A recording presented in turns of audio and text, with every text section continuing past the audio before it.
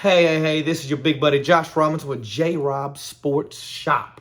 Talking everything sports, baby. And I got two topics that are near and dear to me right now, which is one, Steph Curry. How has he changed the game? His big record-breaking night. And number two, Memphis Tigers beating Alabama. So let's go to it right now. Before I get started, though, if you're watching this, please click on that like button if you like what I'm saying. Comment, subscribe to my channel. Keep getting me going so I can get more traction, so I have more people comment and make this thing more interesting and grow it as we go.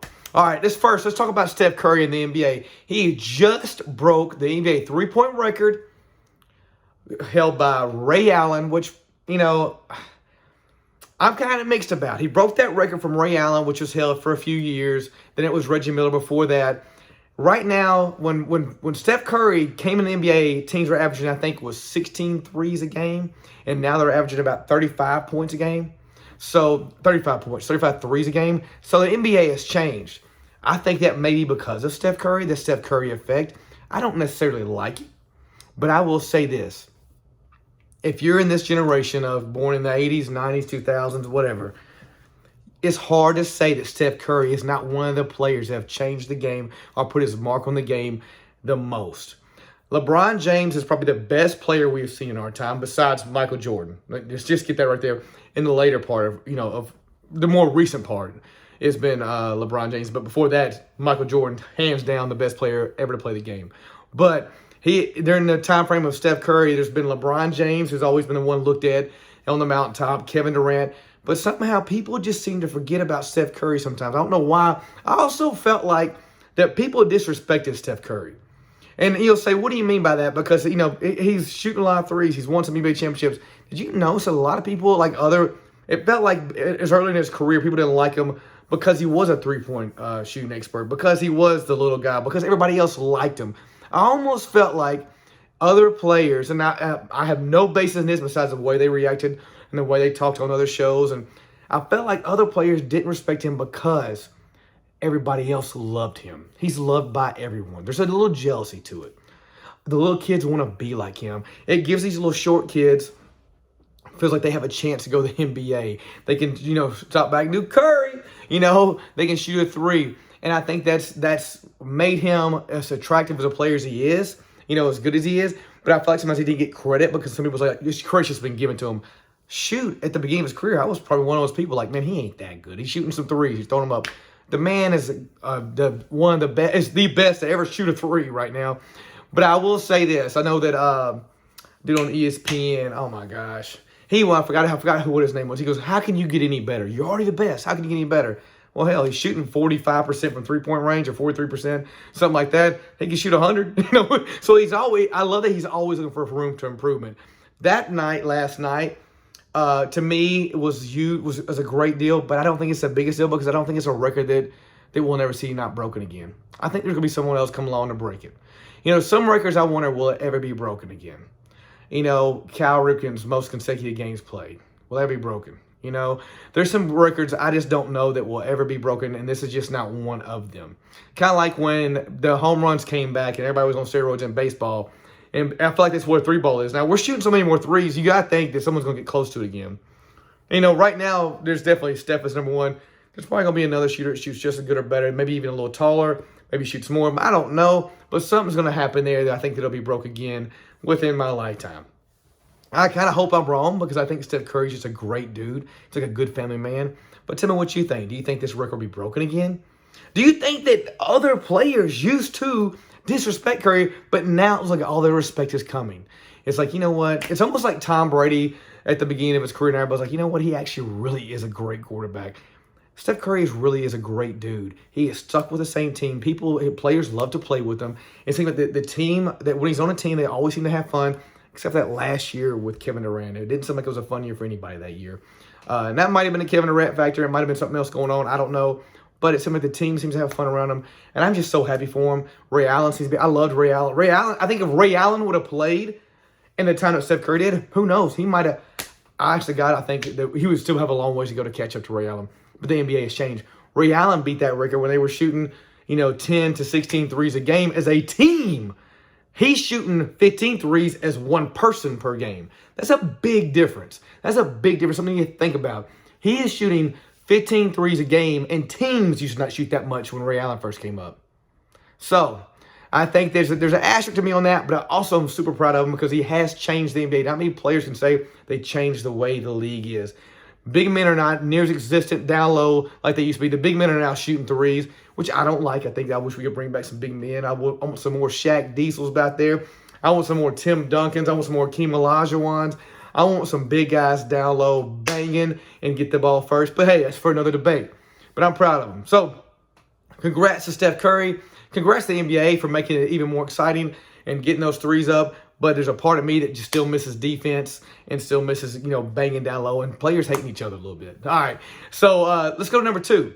This is big. Last night, Memphis Tigers, Penny Hardaway's Memphis Tigers beat Alabama after a 4-game losing streak, and they looked horrible on offense. And yes, I'm from Memphis, so I've watched this. I don't know what to think about this team. They're the most talented team. I feel bad for saying this. I don't want to say it. I feel like Penny Hardaway has done some of the worst coaching I've ever seen a guy do with a team that good that I follow closely, because they have a top 10 talented team, and they have a top 100 talented basketball program they're putting out on the floor up until last night.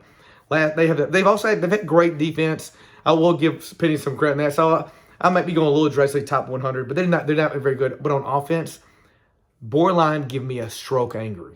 It's hard to watch them on offense. And I feel like the team was fighting amongst each other. And I think Penny Hardaway poured gasoline on that with some of the stuff they did. But they came together last night. They had a players-only meeting. They came together against Alabama, who has done some impressive victories here recently. I believe they beat, God, I don't want to get me in line. I think it was 2 top 10 programs. I think one was Purdue, maybe. I don't know. I don't want to lie. But they beat 2 top 10 programs right away, recently. And then Tigers came in. Probably nobody gave them a chance, including myself. My text was, they asked me if I was going to go to the game. I said, why would I go to that massacre? That's exactly what I said. Had no faith.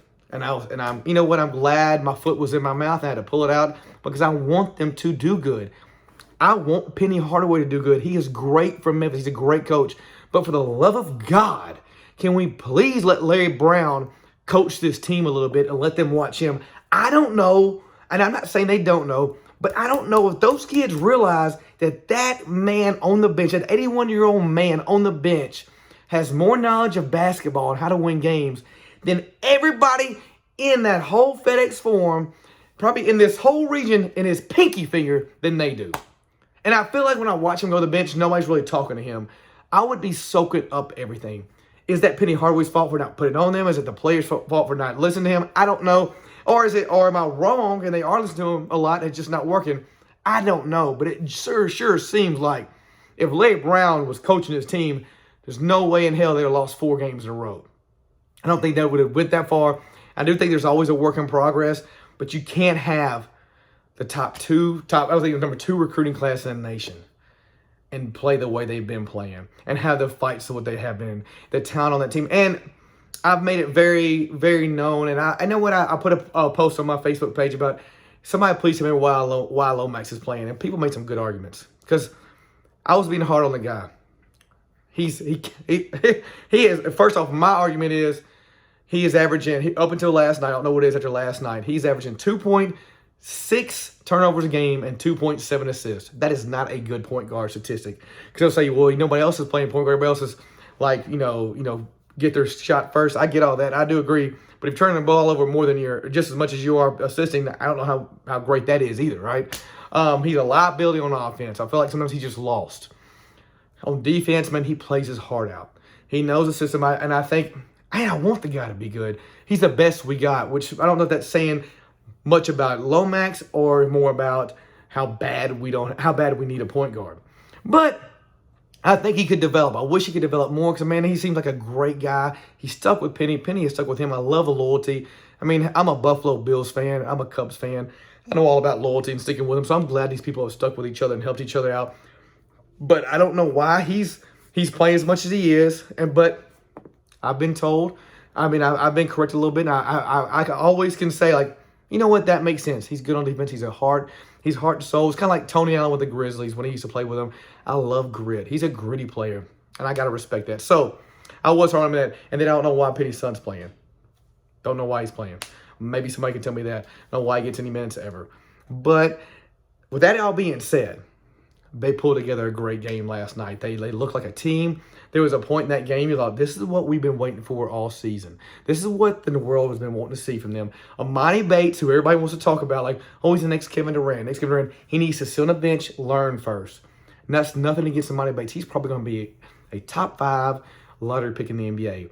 There's nothing wrong with sitting on the bench a little bit. Aaron Rodgers, who's probably a top 5 quarterback of all time in a lot of people's eyes, had to sit on the bench a few years behind Brett Favre before he got in. And now we know what he is.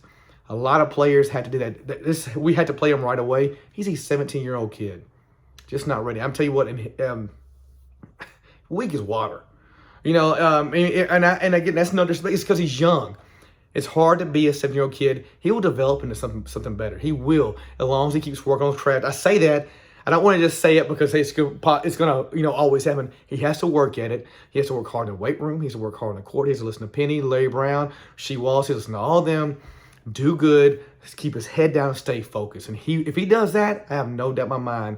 But right now, he needs to be on the bench, play some minutes. But he don't need to be starting. He'll be playing. He doesn't be like he's the god of all basketball right now, Memphis, because he's not. He was hurting us more than he was helping us because he just wasn't ready yet. So I'm really glad that Penny, I don't know if it was his pride he had to stick aside or what, he set him on the bench, and look what happened.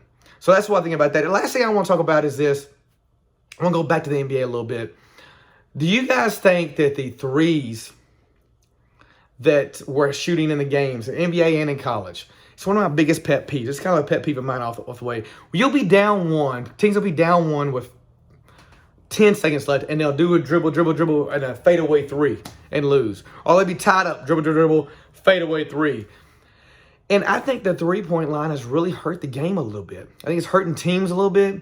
And you know what? I'll be honest with you. It's not the three-point line's fault. It's like blaming the gun when someone shoots it. It's not the person. It's not the gun's fault. It's the person shooting. It's not the three-point line's fault. It's the one pulling the trigger. Or the team's pulling the trigger.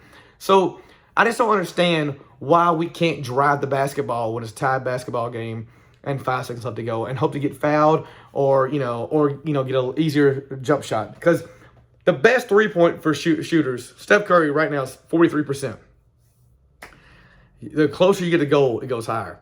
You got people shooting 70% for 2-point, for just regular field goals.